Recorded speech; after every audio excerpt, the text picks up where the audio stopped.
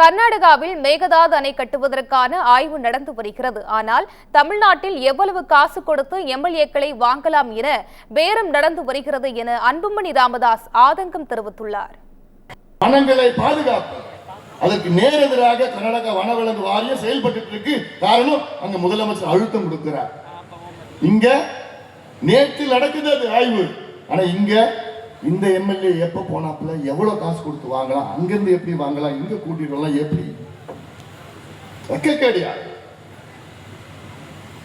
எவ்வளவு மோசமான ஒரு சூழல் இன்னைக்கு இருக்கு, எவ்வளவு முக்கியமான பிரச்சனை இருக்கு. இதுலதான் நாம கவனம் செலுத்தணும், இதுக்குதான் முக்கியத்துவம் கொடுக்கணும். கடந்த கால அனுபவம் நமக்கு தெரியும் இருக்கு. சோசியல் மீடியா மூலமா ஒரு ஆட்சி மாற்றத்தை நீங்க கொண்டு வந்தீங்க.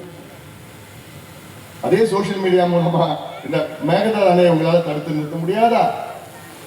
உறுதியா முடியும். போடுங்க, ரீல்ஸை போடுங்க, பதிவு போடுங்க, அதை போடுங்க, இதை போடுங்க, நலமா பண்ணுங்க. வெளியில வாங்க.